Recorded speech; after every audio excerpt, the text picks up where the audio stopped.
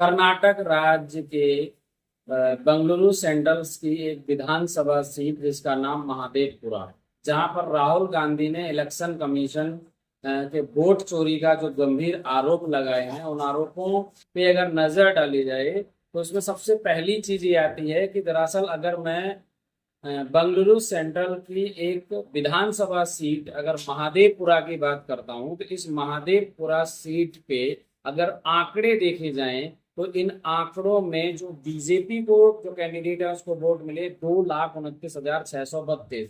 वहीं अगर कांग्रेस के अगर मैं वोट की बात करता हूं तो कांग्रेस पार्टी को जो वोट मिले हैं वो 1,15,586 वोट मिले हैं। यानी कि यहाँ पर बीजेपी जो है वो 1,14,046 वोटों से आगे रही।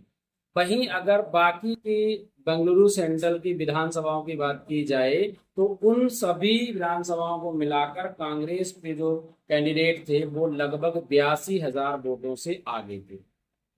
जबकि राहुल गांधी के शुरू से इलेक्शन कमीशन को बीजेपी के साथ मिलकर धांधली करने का आरोप लगाते रहे हैं। फिर उन्होंने एक हफ्ते पहले ही जब संसद के सामने बयान दिया था कि हमें एक सबूत ऐसा लगा है कि एटम बम लगा जो बहुत जल्दी फटेगा, और इसको लेकर बहुत ही चर्चा तेज हो गई थी, गंभीर हो गई थी। अब इस मसले पर जब उन्होंने प्रेस कॉन्फ्रेंस की और वहां पर जो वोट चोरी का मामला सामने रखा है, अगर उन आंकड़ों पर नजर डाली जाए तो ये आंकड़ा जो है वो बहुत ही गंभीर आरोप लगा रहा है।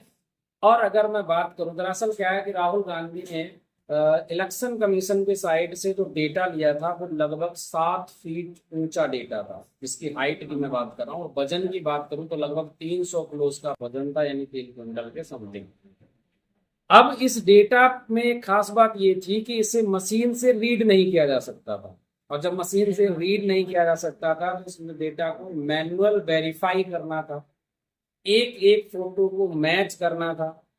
कांग्रेस पार्टी ने अपनी पूरी जो टीम थी वो लगाई और महादेवपुरा सीट हुई अच्छे से जब एनालिसिस किया तो पाया वहां पर लगभग लगभग 1 लाख से अधिक वोट, यानी लगभग 1,02,50 वोट जो है वो फर्जी पाए गए अलग अलग श्रेणी में, जिसका डेटा आपको स्क्रीन पे दिया जा रहा है। मसला ये है कि हमें ये देखना चाहिए कि इलेक्शन कमीशन उल्टा राहुल गांधी से इस बात पे शपथ पत्र मांग रहा है कि अगर वो सही है तो वो शपथ पत्र दें। सवाल ये है कि क्या इलेक्शन कमीशन पे जब ये आरोप लग रहे हैं तो क्या उसको ये चीज वेरीफाई नहीं करनी चाहिए?